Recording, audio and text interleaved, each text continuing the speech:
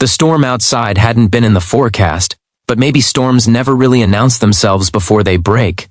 That's what Nora thought as she stood in the crowded doorway of the small downtown cafe, her fingers trembling around the strap of her worn handbag, her cheeks flushed with a mix of cold air and something far heavier. She had run here, half out of instinct, half out of desperation, hoping the familiar warmth of this place might quiet the noise inside her chest. But the moment she stepped in, the staff told her it would be at least a 30-minute wait. And something inside her simply cracked. She didn't argue. She didn't explain. She just stood there, trying not to fall apart while strangers brushed past her. That's when she noticed him, walking from his table, chair in hand, eyes soft with concern, moving toward her as if fate had sent him directly into her line of sight. If you believe in kindness, in small acts that change the trajectory of someone's day, or even someone's life, please like, comment, share, and subscribe. Your support helps us bring more stories like this to the world. Nora hadn't expected this day to collapse on her the way it had. She'd left her job that morning with her supervisor's disappointment echoing in her ears after a project mistake that wasn't entirely her fault but somehow became her burden. She'd gotten a text from her landlord reminding her that rent was late again, and her mother, who usually knew what to say, had answered the phone too tired to offer much reassurance. Some days felt like one long, slow failure, and today was one of them. So she ended up here, inside this small cafe in Charlotte, North Carolina, telling herself to breathe. But even that felt difficult. The clinking of dishes, the low murmur of conversations, and the smell of roasted coffee beans should have been comforting, yet she felt like she was floating outside her body, watching everyone live their normal, steady lives while hers felt like it was. Unraveling. She turned toward the window and told herself she could just leave, pretend she'd never stopped here, go cry in her car and ignore the ache pulling at her heart. But something kept her feet planted where she stood. Across the room, Jacob had noticed her immediately, though he couldn't have said why. The cafe was busy, full of office workers escaping the rain and students typing furiously on laptops, yet the look on her face cut through the noise around him.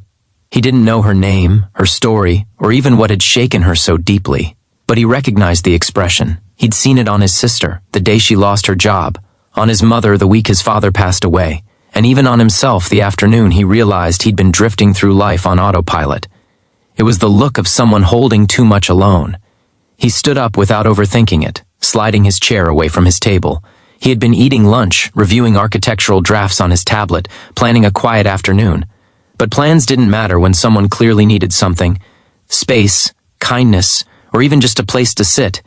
He carried the chair toward her gently, not wanting to startle her, and stopped a few feet away as she stared at the floor, unaware that someone had noticed her pain.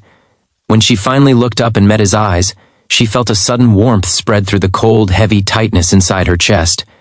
She didn't know him, yet something in his expression told her she wasn't invisible. She wasn't being dramatic. She wasn't a burden. She was simply seen. He pointed toward his table, one of the few with room, and though he didn't say anything, his meaning was clear. There was space for her. He had made space for her. Nora hesitated, feeling embarrassed. She opened her mouth to decline, sure he was just being polite, but the sincerity in his eyes made it impossible to dismiss the gesture.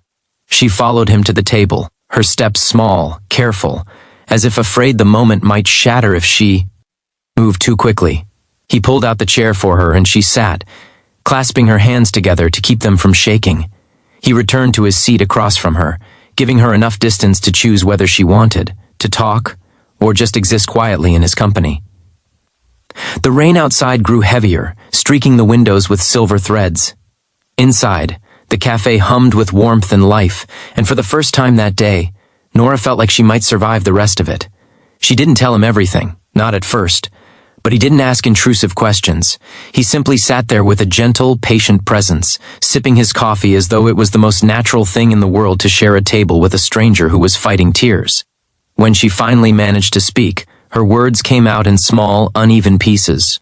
She talked about her job, how much she'd tried to prove herself, how the mistake made her feel incompetent, how the pressure had been building for months. She didn't cry, but her voice wavered, trembling like someone walking across thin ice. Jacob listened without interrupting, nodding occasionally, letting her know her feelings were valid. Then she admitted she'd come here because she didn't know where else to go, because she needed somewhere familiar, somewhere that felt safe. And standing alone in the crowded entryway had made her feel even lonelier. Jacob understood. He talked about the season of life when he'd been consumed by expectations, his family's, society's, and his own. He shared how he used to think asking for help meant weakness until he realized strength often grew from allowing others to support you. His words weren't rehearsed or polished. They were real, imperfect, and honest. And that was exactly what she needed. The conversation flowed gently, like a stream that didn't rush but never stopped moving.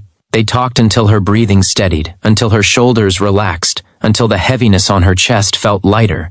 Maybe not gone, but manageable. When the server approached to ask if they needed anything, Nora actually smiled, surprising herself. It was small, fragile, but genuine.